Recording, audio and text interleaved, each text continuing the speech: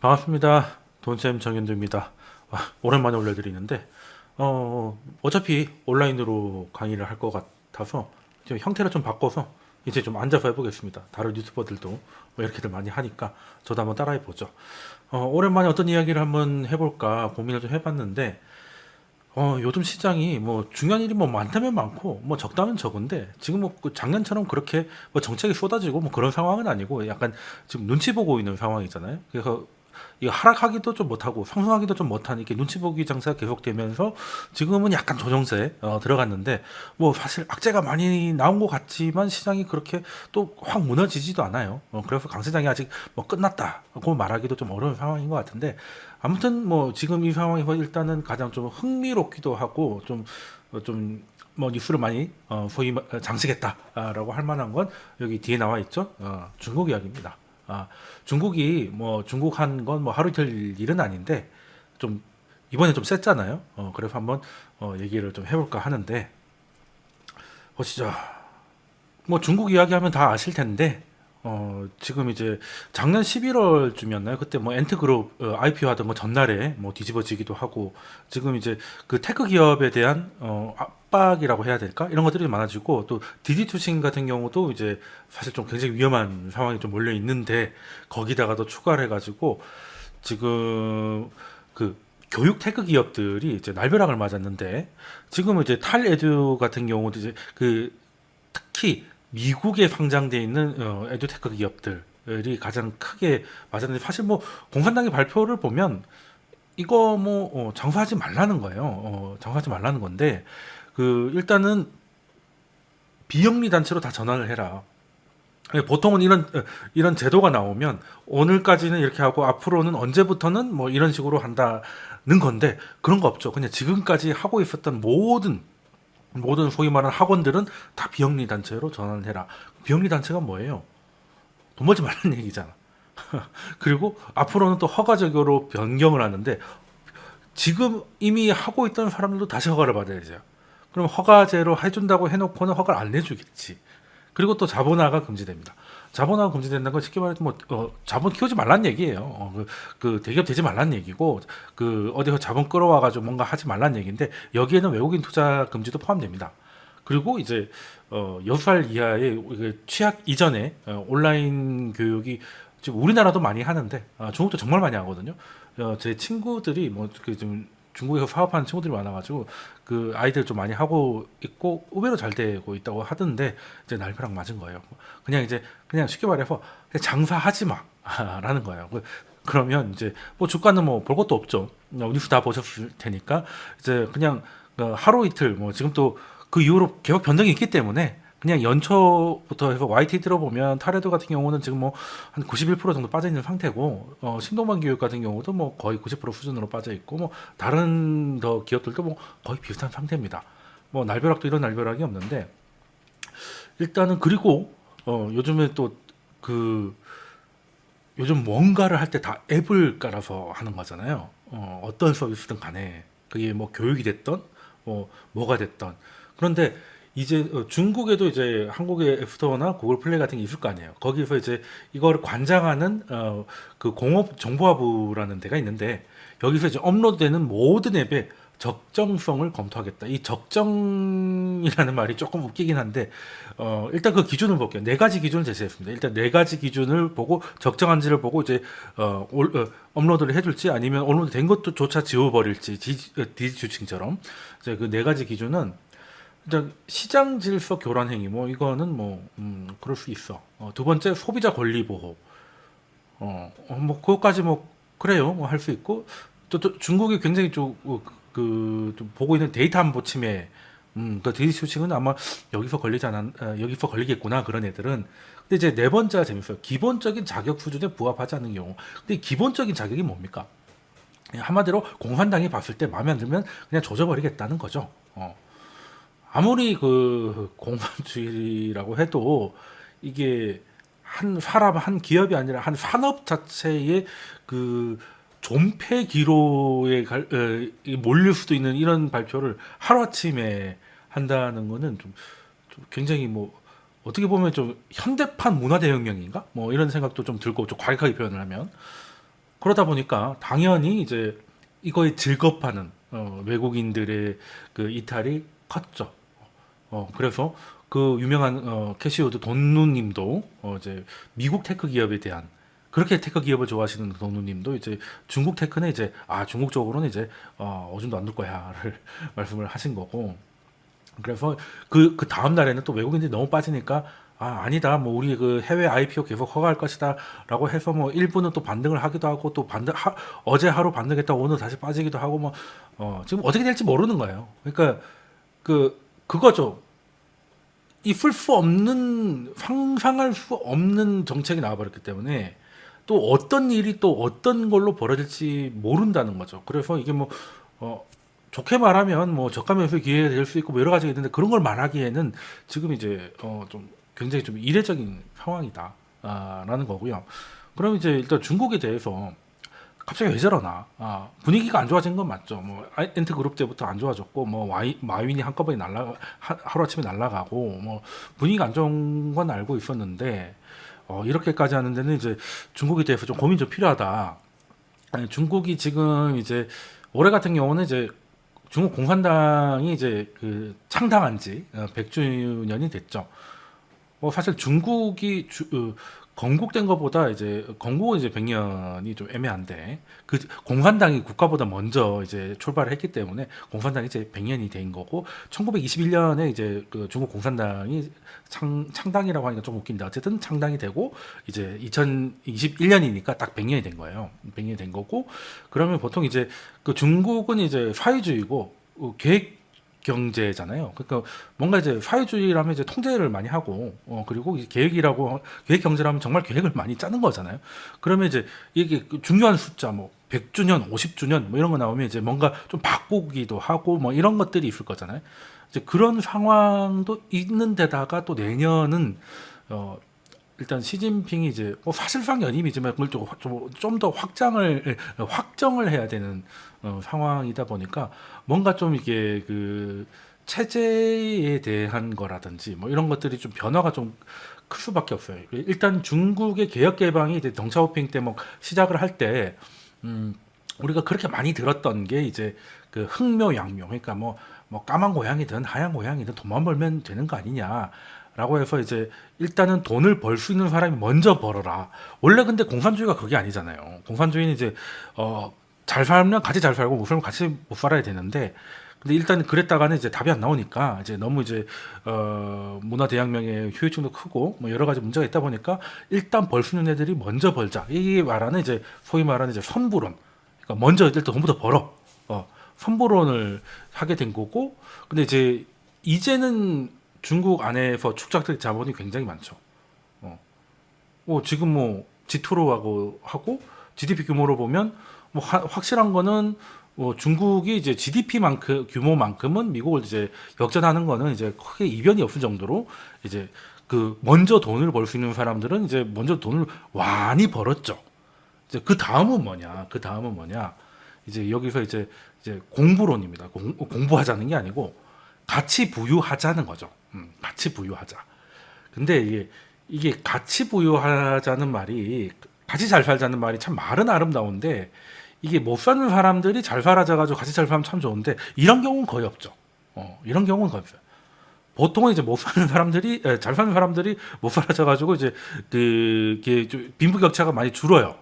그 빈부격차가 지금도 굉장히 높은데 지금 이전에 가장 높았던 게 대공황 직전이었거든요. 1920년이었는데 그때 이후로 이제 양극화가 많이 축소가 된 거는 뭐 대공황으로 다 망해버렸으니까 그리고 전쟁 나고 다 부셔져다 보니까 이제 다 망해서 이제 같이 못 살게 됐다가 다시 일어났던 건데 아무튼 그러면 지금 뭔가를 그냥 이제 농민공이라든지 뭐 이런 사람들이 이제 갑자기 뭔가 성장을 하기에는 부자가 되기에는 이제 시간이 걸리니까 가장 좋은 방법은 이미 부자가 된 사람한테 좀 세금을 걷든지 아니면 뭐 뜯어내든지 뭐 기부를 받든지 해가지고 이제 뭔가 좀 이렇게 빈부격차를 좀 줄이는 이런 것들을 좀 해야 되는 상황이기도 하죠. 이 상황이기도 하고 그리고 이제 그 보통의 정상적인 국가라고 하면 경기가 나빠지고 막 이렇게 되면 이제 그 국민들의 분노가 이제 투표로서 나타나서 정권이 바뀐다든지 뭐 이렇게 되지 않습니까? 근데 이제 공산당은 이제 투표를 할 수가 없죠.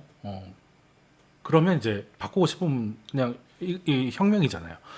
그 아주 피곤한 일이 또 천안문 사태가 또 벌어지지 말란 법이 없으니까 이 체제 혼란의 우려가 좀 우려가 되는 상황에 지금은 또 인플레이션 우려가 많이 나옵니다.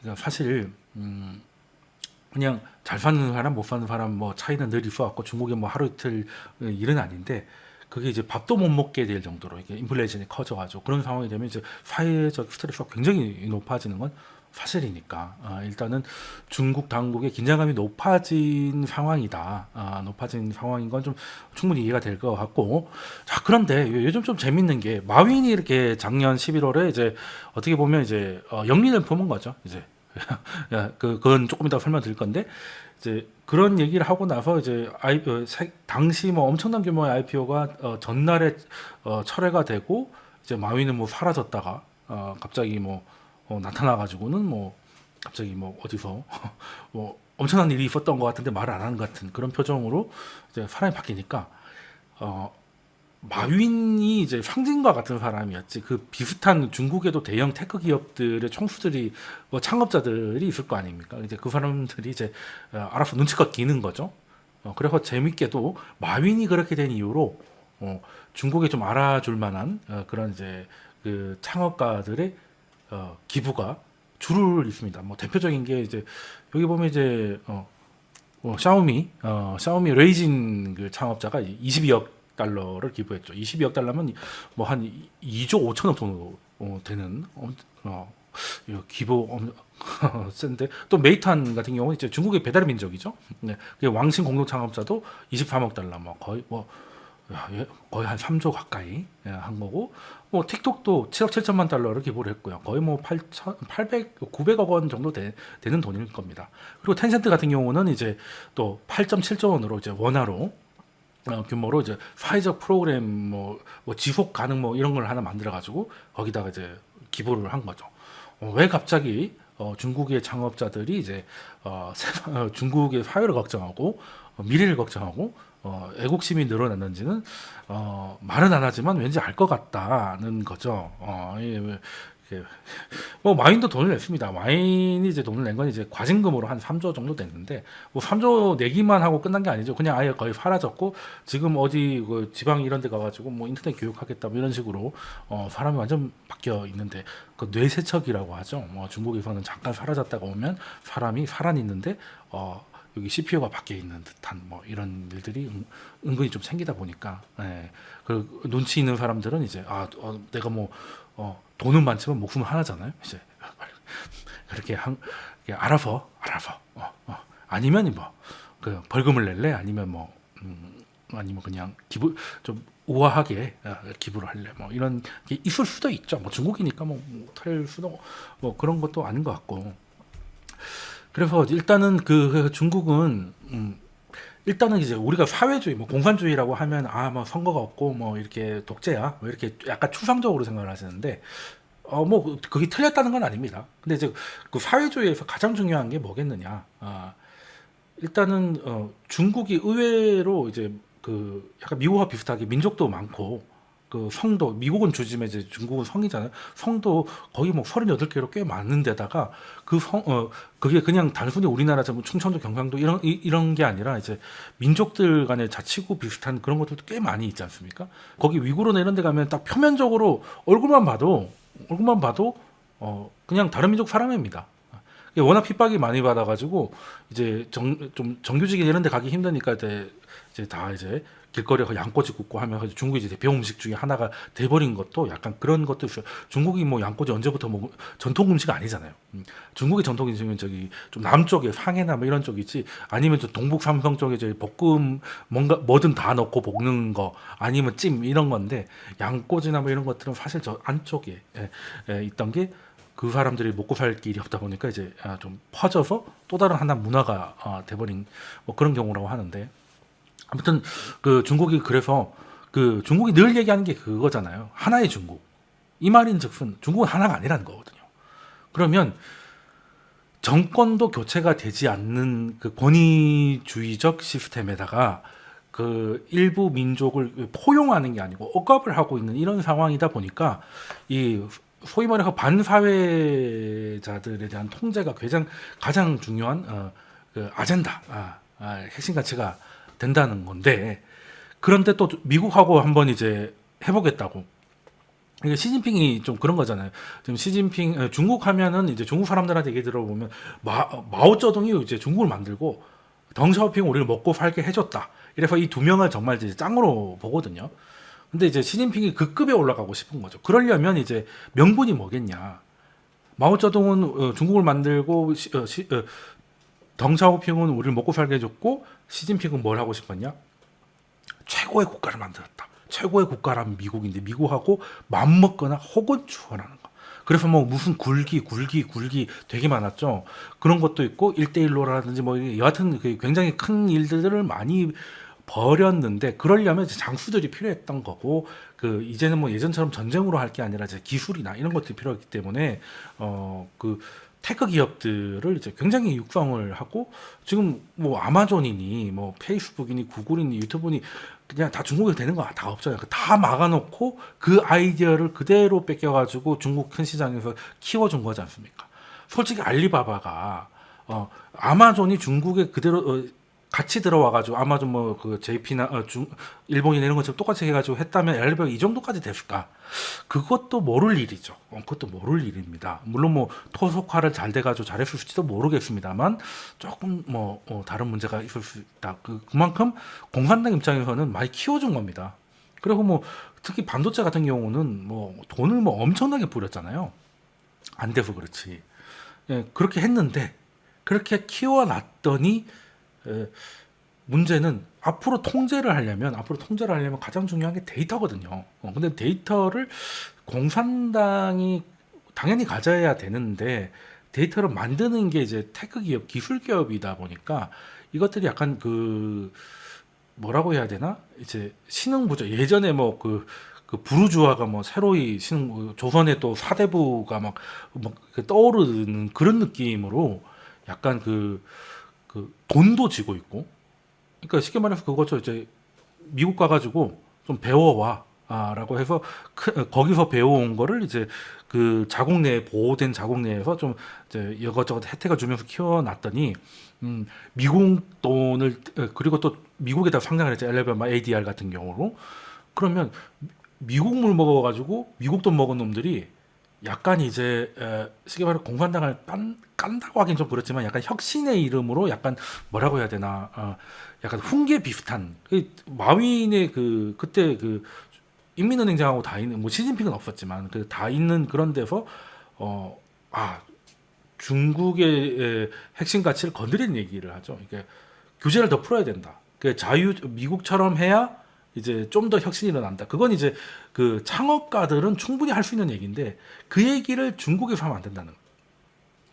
중국은 혁신을 하려고 하는 게 아니고, 그 혁신도 사실 통제를 하기 위해서 하는 거고, 거기서 장수를 키운 거예요. 근데 그 장수가 임금 앞에서 마치 뭐 역민을 품은 듯한 얘기를 해버렸으니, 안 그래도 이제 조금 이제 노려보고 있던 것들이 이제 그래서 마이는 보란 듯이 그렇게 됐고, 그래서 데이터에 대해서 굉장히 좀 예민해한다는 거는 그 지금 가만 보면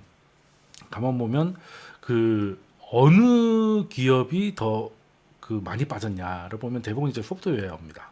소프트웨어고, 일단은 뭐 가장 많이 빠진 게 이제 그 백주나 이제 보험 쪽이 섹터별로는 가장 많이 빠졌는데, 그건 이제 그 외국인들이 이제 우르르 빠지다 보니까 그 외국인들이 이제 그 마오타이나 이제 뭐 평안보험 같은 걸 많이 갖고 있었거든요. 이제 그것 때문에 이제 많이 빠진 거고, 그리고 이제 패시브 자금이 빠지면 이제 그 비중이 큰 것들이 빠지는 거고, 그 외의 것들을 가만 보면 대부분이 이제 그 소프트웨어가 대부분이고, 뭐그 SMIC 같이 뭐 그 반도체 만드는 하드웨어는 별로 또 때리질 않아요. 때리지 않습니다.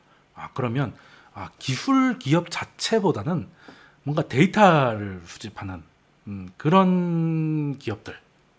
그리고 교육 같은 경우는 물론 첫 번째 그 사교육비 때문에 이제 출산율이 떨어진다 뭐 이런 것도 하나의 큰 그거라고 하는데, 일단 이 기업들도 요즘 그냥 이제 강의를 인터넷으로 풀어가지고 강의파는 이런 수준이 아니라 학생들의 패턴이나 이런 것들을 다 이제 데이터를 수집을 해가지고 그걸로 뭔가를 해보겠다는 테크 기업이잖아요. 테크 기업이니까 결국 테크 기업들은 요즘은 그냥 뭔가 서비스를 해서 심지어 공짜로 해가지고 그 데이터를 막 모은 다음에 그 안에서 뭔가 패턴을 찾아내고 그 패턴을 뭐 이제 AI로 강구한다든지 뭐 이런 과정이기 때문에 그 사실 교육이 그 원래는 교육은 당이 해야 되는 거잖아. 북한도 마찬가지고 사상교육이잖아요. 사상교육. 근데 이게 미국 물먹은 애들이 이제 막 미국식 교육을 은근히 한다던가, 뭐 그렇게 돼버리면 공산당의 이제 그 입지가 좀 줄어들 수 있다는 거. 그런 것 때문에 이제 이번에 보란 듯이 한번 이제 그 교육은 명분도 있겠다.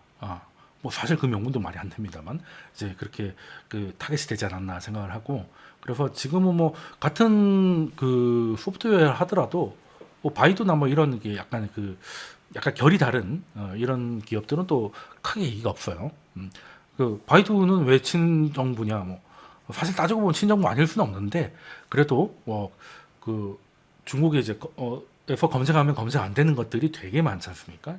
이제 바이두나 이런 건데, 이런 데서는 이제 검색에서는 다 그렇게 됐기 때문에 하드웨어 업체나 친정부 성향의 기술들은 좀 현재는 좀 빠져 있는 상태다 라는 거고, 여기 보면 우르르 빠졌다가 다시 반등하는 게 이제 SMIC. 그러니까 반도체, 얘는 파운더리잖아요. 파운더리니까 뭐 데이터를 쌓고 자시고 할 게 아니라 오히려 중국한테 굉장히 필요합니다. 지금 인민들을 통제하려고. 그러니까 안면 인식 기술이 중국이 제일 발달했잖아요. 왜 그게 하필 그 많은 것 중에 그게 제일 발달했을까? 거기 통제입니다. 알아보는 거잖아요. 알아보는 거. 예전에 뭐 분노의 질주에 뭐 신의 눈인가 뭐 그런 거 있었잖아요. 그 뭐 전 세계 CCTV를 뭐 해킹해가지고 얼굴 알아봐가지고 어디에 있는지 막 찾아내고 하는 거. 그거 중국 공산당이 하는 거잖아요. 지금 오늘 뭐 지금 올림픽 하고 있는데 중국 국기 막 휘날리면 이제 홍콩 사람들이 그걸 보면서 뭐 야유를 했대요. 이제 그걸 이제 CCTV로 얼굴 찾아낸다고 한다는 BBC 보도도 있던데, 그런 거 보면 안면 인식이 되게 편할 수는 있죠. 중국 사람들 그러더라고요. 이게 스마트폰을 잊어버릴 수도 있고, 또 이게 뭐 어떤 뭐 스마트 키는 잊어버릴 수 있는데 얼굴을 잊어버릴 수 없지 않느냐. 얼굴을 놓고 나올 일은 없으니까. 그렇게 생각을 해서 진짜 그렇게 생각하는 건지 아니면 세뇌를 당했는지 모르겠는데, 우린 보통 이제 그렇게 하면 좀 무섭다고 하잖아요. 제가 친구들 얘기 들어보니까 어딜 가가지고 아이랑 무슨 책을 보려고 생전 처음 가는, 이제 우리로 치면 뭐 구립도서관을 간 거예요. 거기서 이제 입장을 하려면 이제 그 신분증은 뭐 우리도 이제 신분증 보여주고 이렇게 하는 게 있는데, 신분증이 없어서 그냥 신분증이 없으면 카메라를 보래. 사진 찍는 건 줄 알았더니 딱 보니까 이제 사진 찍다 카메라 딱 보더니 신분증이 이제 화면에 딱 뜨더라는 거예요. 처음 왔는데. 그럼 공산당 다 갖고 있다는 얘기죠. 다 갖고 있다는 얘기죠. 얘가 어디 갔고 어디 갔는지 다 나온다. 참 뭐 대단한 나라입니다. 대단한 나라인데, 그래서 그런 기술에 필요한 그러니까 기술 자체에 대한, 그래서 그 하드웨어 만드는 업체들은 별 문제가 없고 오히려 수혜가 될 수도 있죠. 왜냐하면 뭐 소프트웨어가 두드려 맞으면 거기다 돈을 못 넣는 자금들이 이제 하드웨어 쪽으로 가게 될 거니까. 그리고 또 중국이 공산당이 필요한 기술을 이제 제공하니까 중요한 건 데이터. 였다는 것 같다는 거고요. 그리고 지금 이제 그 데이터 안보, 디지 출신 같은 경우 이제 데이터 안보죠. 인민들이 이제 움직이는 거, 그리고 이제 교육하는 거, 뭐 이런 것들이 이제 그 뉴욕 시장이 상장됐다는 이유로 거기로 넘어갈 수 있는 거를 이제 사전 차단하겠다는 거 아니겠습니까? 이제 그것도 있고, 그리고 이제 제가 처음에 말씀드렸던 게 사회주의가 가장 이제 뭐 사회주의가 됐던, 엄밀히 말하면 사회주의보다는 독재죠. 그러니까 독재가 가장 두려워해야 될 게 물가 상승이거든요. 이게 지금 이제 중국이 약간 뭐 어떻게 보면 약간 지금 보면 공포 정치로 약간 가는 겁니다. 아무리 큰 기업이 대마불사 아닐까라고 했는데도 뭐 날릴 때 날리는 거예요. 그리고 외국에서 어떻게 볼지 모르겠지만 뭐 이렇게 해도 뭐 엔트그룹 날리는 거 보세요. 그러고 보면 가장 그 공포 정치를 함에도 이게 안 먹히는 순간이 있습니다. 그거는 대중들이 굶어 죽거나 맞아 죽거나 똑같다는 생각을 하면 통제가 안 됩니다. 통제가 안 돼요. 그 인플레이션이 가장 강력했던 게 70년대 중후반부터 80년대 초 정도였잖아요.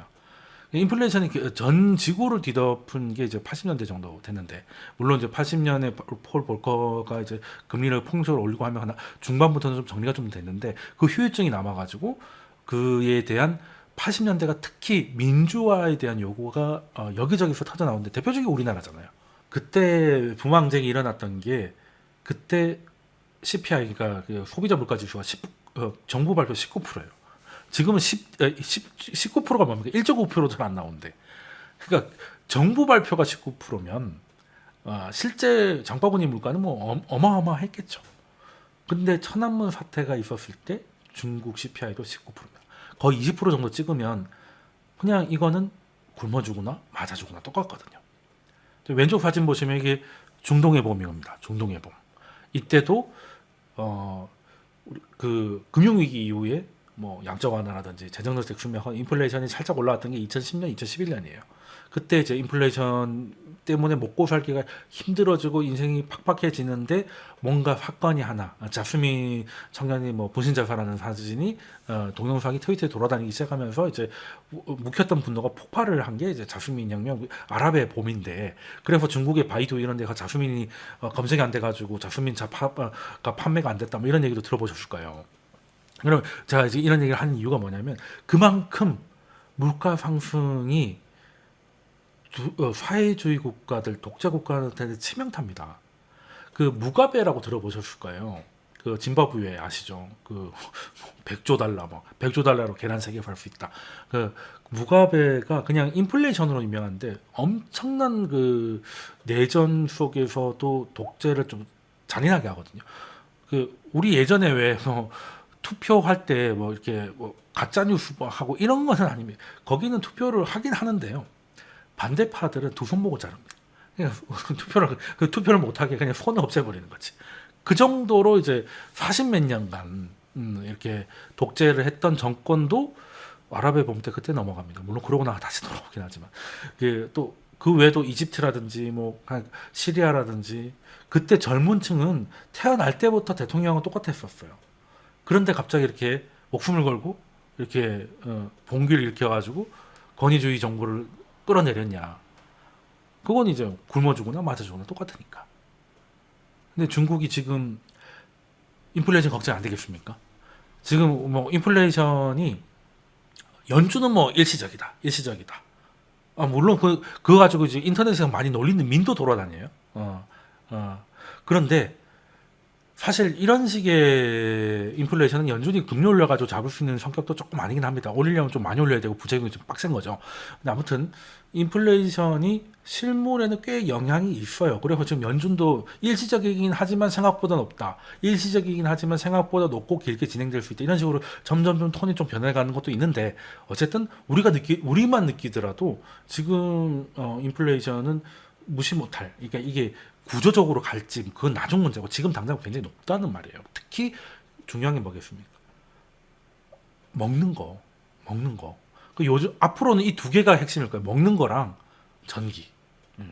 특히 중국이 호주가 이제 쿼드 들어가가지고 이제 뒤통수 치는 것 같으니까 열받아가지고 지금 석탄 같은 거 수입을 안 한다고 하잖아요.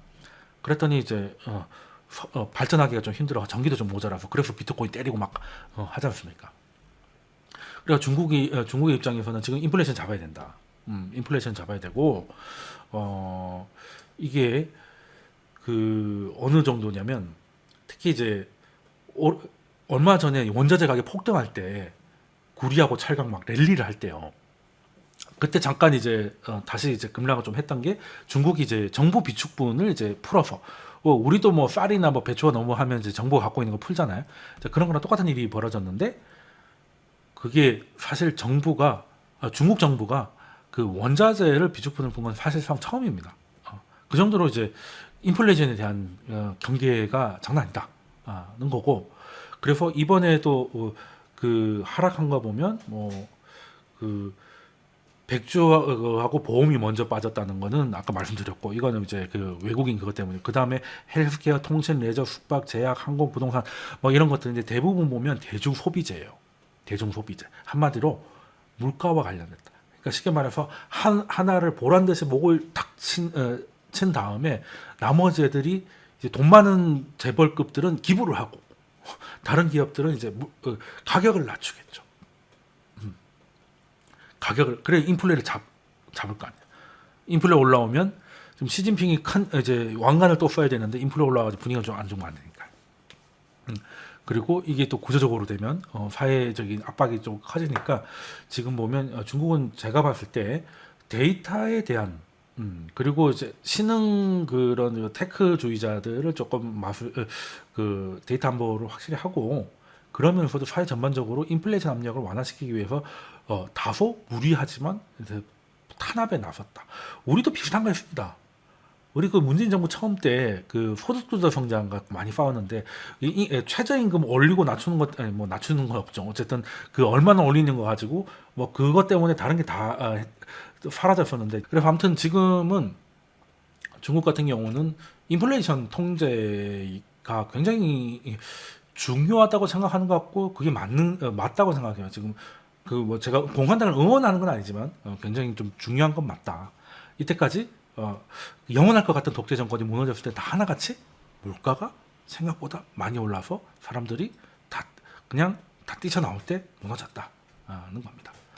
그래서 중국 하면 이 천안문 사태 이거 중국 사람 퇴치용으로 많이 쓰고 계시죠. 부적 같은 건데 이것도 결국 19%의 물가 상승률이 만들어낸 결과다. 거고 그래서 사실은 인플레이션은 지금 연준도 뭐 세심히 지켜보고 있다고 하지만 중국 공산당이 더 신경 쓰는 것 같다는 게 제 생각입니다. 그래서 지금 중국이 뭐 디지털 위안해 가지고 CBDC, 그러니까 중앙은행이 발급하는 이제 디지털 화폐도 가장 적극적이죠. 근데 이걸 가지고 이제 인터넷에서나 뭐 보통 이제 달러의 패권에 도전하기 위해서 이렇게 하는 거다. 이제 판이 바뀌니까 디지털화되는 판이 바뀌니까 이제 그런 거라는 해석도 많고 뭐 그런 게 아예 없진 않을 것 같아요. 뭐 그리고 아프리카라든지 이렇게 은행 시스템이 없는 데에서 이제 위안화를 쓸 수 있게 뭐 하는 거 다 좋은데 그거는 이제 제가 볼 때는 옵션인 거예요. 첫 번째는 중국이 CBDC 디지털 위안을 하는 거는 중국은 그 철저하게 은행 중심이거든요. 그러니까 우리가 IMF를 갔을 때 무슨 일이 있었냐면 그 은산분리 아시죠? 그러니까 그 대기업이 은행을 가질 수 없게 좀 분리를 해놨습니다. 그때는 이제 대출 금리가 워낙 비싸니까 이제 뭐 대기업이 은행을 가지면 그냥 자기 쌈짓돈으로 사람들의 예금을 쌈짓돈으로 쓸 거다. 그래서 이제 대기업은 은행을 소유할 수 없다. 그래서 이제 대기업들이 바보입니까? 이제 은행은 못하지만 뭘 해요? 뭐 보험사라든가 종금사라든가 그러니까 유사은행 그렇게 표현하면 안 되는 건가? 하여튼 제2금융권 비은행권을 많이 만들어요. 그래서 그 90년대 이제 우리가 80년 후반에 가면 이제 3조 호황이 오면서 경기가 많이 좋아지잖아요. 그리고 90년 동안 그리고 이제 200만 원 건설이 나오면서 이제 집값도 잡히니까 이제 90년 동안 아주 나이스하게 경기가 좋았습니다. 그러니까 이제 그냥 기업들은 돈 빌려 가지고 사업 확장하는 게 뭐 그냥 기본이었죠. 근데 이제 빌리는 게 이제 은행이 좀 힘드니까 그때는 이제 종금사를 차려 가지고 거기서 많이 했어요. 은행 입장에서는 아니 종금사는 다 대출해가지고 저렇게 꿀 빨고 있는데 왜 우리 못하게 하냐. 금융당국도 그건 그런데 그렇다고 못하게 하기도 그렇고 그러니까 막판에 가서 야 은행도 해. 라고 해서 은행 또 뒤늦게 그 한풀에 나간 거 우리도 장수합시다라고 했다가 이제 서로 이제 대출해 준다고 하다 보니까 이제 오바가 심했던 거고 그게 어느 날 이제 한국에 빚밖에 없더라 현금이 거의 없더라라고 하면서 보고서 한 장이 본론보고로 나오면서 이제 그냥 골로 간 게 이제 IMF잖아요. 여기서 중국이 얻을 수 있는 교훈은 비금융권을 좀 많이 육성하면 좀 힘들 수 있다. 근데 비금융권을 그렇다고 뭐 보험사나 증권사나 이런 것들 또 금융 그 예방도 해야 되는데 안 할 수는 없으니 은행 위주로 하되 통제력을 더 디지털화 시켜가지고 통화량을 더 통제하자. 돈이 어떻게 가는지. 그렇게 되면 그 통화량 집계라는 게 훨씬 빨라지잖아요. 그게 뭐 누구한테 누구 갔다 이런 것까지는 아니라도 통화가 어느 정도 흐르고 있는지는 얼마든지 할 수 있으니까 중국은 양으로 조지는 데거든요. 미국은 이제 금리 우리도 이제 그 80년대까지만 해도 이제 양으로 그러니까 통화량으로 했던 거고 그 소위 지준율로 하는 거죠. 그리고 미국은 이제 금리 가지고 하는데 이제 선진국들은 다 금리 갖고 하죠. 근데 이제 중국은 이제 은행 중심으로 은행이 유동성을 얼마나 만드느냐 줄이느냐를 이제 통제하는 이런 시스템이기 때문에 요걸 좀 더 효율화시킬 수 있는 방법이 디지털 yuan이다. 그래서 저는 달러 패권 도전은 좀 나중 이야기. 예. 지금 그 미국의 중국이 지금 달러 패권이 없어가지고 힘든 건 아니거든요. 물론 생기면 너무 좋겠지만 지금 그것 때문에 힘든 건 아니에요. 지금 당장의 문제는 통제입니다. 통제. 그리고 미국이 어쨌든 뭐 금리를 언젠 뭐 2023년이 됐던 22년이 됐던 금리도 올리고 뭐 여러 가지 뭐 문제들이 생길 거란 말이에요. 그러려면 그 전에 미리 모니터링하고 통제를 하려면 당연히 그냥 수기로 하는 것보다 디지털로 하면 훨씬 빨라질 거 아니겠느냐라는 겁니다. 그래서 중국 경제학자들이라든지 아니면 사회주의를 이제 옹호하는 경제학자들이 늘 하는 주장이 어떤 거냐면 이 경기가 이제 호경기가 있고 불경기가 있고 요즘 느낌으로는 이제 불경기하고 개불경기가 있는 것 같은데 아무튼 오르락내리락 있다는 거예요. 이거 자체가 자본주의 자유시장 경제의 부작용이라는 겁니다. 그러니까 원래 케인즈가 이제 뭐 정부 지출을 해가지고 뭐 이런 얘기를 했을 때 영국에서도 받아들여지지 않았고 심지어 좌파들도 싫어했다는 좌파는 결이 맞잖아요. 왜냐하면 이제 정부의 역할이 커지고 복지 사회를 여는 게 진보의 생각인데 그거랑 결이 맞는 케인즈를 좌파도 싫어했는데 그 이유가 뭐냐면 그때 좌파는 지금의 좌파가 아니라 진짜 공산당 그 소련처럼 되는 게 다 맞다고 생각했던 사람들이라서 자본주의는 경기가 좋아졌다 나빠졌다 반복하다가 언젠가는 이 부작용 때문에 나자빠질 건데 이 부작용을 픽스해주면 자본주의가 안 망하고 계속할 것 같아서 솔직히 좀 싫어했습니다. 그런 것도 좀 있었는데 그러다 보니까 이제 나중에 받아들이지 않다가 자기 자기 나라도 아닌 이제 미국에서 이제 뉴딜로 이제 받아들여진 이런 게 이제 케인즈의 약간 옆으로 샌 얘기인데요. 그래서 계획경제라는 거는 가장 좋은 게 버블, 혹은 크래시 이런 것들을 굉장히 줄여가지고 그냥 쫙 이렇게 계획한 대로 이번 올해는 6.5% 성장하겠습니다. 그럼 6.5%. 그걸 보고 모르는 분들은 중국이 GDP 그냥 조작하는 거라고 생각하는데 이게 숫자로 조작하는 건 아니에요. 그러니까 4.8인데 뭐 6.5로 그냥 가라로 발표하고 이게 아니라 4.8이 될 것 같으면 내년에 하기로 했던 뭐 건설 계획 이런 거 다 땡겨가지고 올해 다 돈을 퍼부으면 6.5건 만들어지거든요. 리커창 이런 건 진짜 잘했습니다. 그래서 분양은 둘째 치더라도 그냥 갑자기 신도시 몇 개 만들어 버려가지고 아파트를 확 올려가지고 이제 그것만 해도 그게 미분양이 됐든 뭐가 됐든 그것만 해도 돈이 들어간 거잖아요. 그럼 GDP 올라가거든요. 그 딱 6.5에 딱 맞춥니다. 8이면 8에 딱 맞아요. 이거는 조작인지 아닌지 좀 애매한데. 아무튼 이게 계획경제의 가장 큰 장점이라고 주장하는 겁니다. 그래서 우리는 버블 뒀고 버블이 터지고 난 이후에 큰 침체도 없다. 그러려면 계획경제는 계획을 잘해서 버블이 끼면 안 되거든요. 그 버블의 출발이 인플레이션이거든요. 그러니 계획경제가 계획대로 잘 되려면 통제를 잘해야 된다. 통제를 잘 하려면 통제 벗어나려는 애들은 삼족을 멸하고 그리고 통제에 도움 주는 애들은 벼슬을 주고 그리고 그 통제에 필요한 도구는 전국에 까는 거죠. 그래서 앞으로 좀 필요한 것들은 이제 그 중국의 굉장히 협조적인 소프트웨어 기업이거나 아니면 기존의 하드웨어 기업, 그리고 중국이 앞으로 해야 될 뭐 친환경 관련 뭐 이런 것들, 뭐 그런 것들은 오히려 좀 수혜가 될 것이고, 좀 이제 개개했던 애들은 이제 한동안 좀 되게 몸조심을 해야 되지 않을까 하는 생각을 좀 합니다. 자, 그리고 사실 지금 중국이 긴장을 하고 있다는 거는 뭐 이게 사람의 이게 그냥 우리끼리 술 마시면 하는 얘기도 따지고 보면 다 이유가 있는 거거든요. 그것까지 다 이유까지를 다 몰라서 그렇지, 개인적으로 보면 이제 그냥 다 마음속에 있는 말들이 나오게 돼 있습니다. 근데 이제 외교에서 한마디 한마디는 굉장히 중요한데, 그리고 외교부장이 이제 뭔가를 얘기할 때는 기분 좋아서 얘기하는 게 아니라 준비된 발언인 거죠. 근데 이번에 그 한 4달 전인가요? 알래스카에서 한번 만나고 그때 한번 대판 싸우고 나서 다시 한번 만났는데, 이번에도 그 사이에 중국이 많이 힘들었나 봐요. 그래서 뭐 이런저런 이제 성토 아닌 성토를 굉장히 많이 하고, 미국은 그냥 약간 듣고 있는 분위기였는데 얘가 왜 이렇게까지 하지? 뭐 이런, 미국은 이제 약간 여유가 생긴 것 같은데 중국이 많이 힘들었는지. 그래서 왕위의 말 중에 가장 눈에 들어왔던 거는, 미국은 중국의 사회주의 체제 전복을 시도해서는 안 된다는 거예요. 지금 중국의 체제가 전혀 문제가 없고 이러면 이런 얘기를 하겠습니까? 뭔가 좀 굉장히 압박을 느끼고 있고, 뭐 물론 미국한테는 얘기는 이제 미국이 지금 동맹을 해서 이제 중국을 지금 포위하고 있지 않습니까?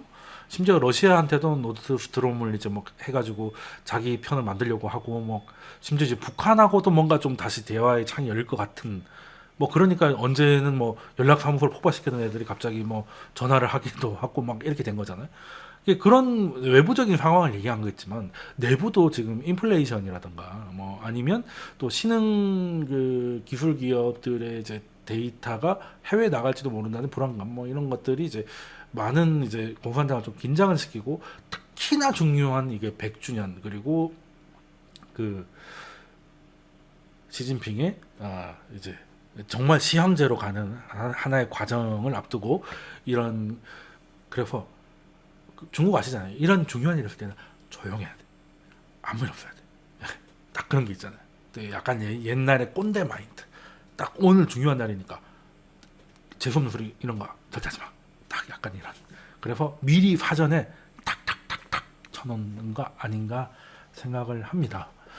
그래서 뭐 중국은 뭐 그 결론은 중국은 중국 한다는 거예요. 물론 이런 적이 있기 때문에 굉장히 이제 현상적은 굉장히 놀랍지만, 그 내부적으로 보면 중국은 이제 통제라는 단어를 키워드로 꼭 넣고 보시면 그렇게 어려운 나라는 아니다 라는 거고, 뭐 그렇다고 뭐 시장이 무너지거나 뭐 그러진 않겠죠.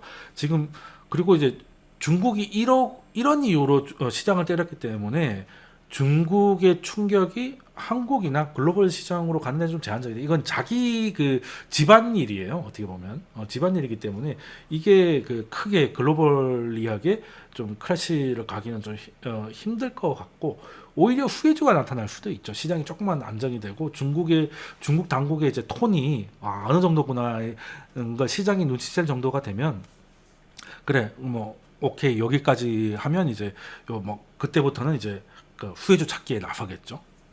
지금 당장일지는 모르겠습니다만, 그래서 이게 좀 위기로 넘어갈 가능성은 뭐 아직은 제한적이다 라고 보고 있고, 그리고 그 안에서 뭐 오히려 후회주를 찾는 것도 나쁘지 않겠다는 얘기를 오늘 준비를 했고, 제가 지금 이게 영상으로 찍어 올리고 이런 것보다 좀 가볍게 얘기하고 토론하는 것들은, 제가 이제 그 거시경제 토론방을 하고 있으니까 거기 제가 댓글이나 설명란에다가 링크를 남겨놓을 테니까요. 거기 오셔가지고 좀 편하게 많은 이야기도 좀 편하게 나누고 하면 좋을 것 같습니다.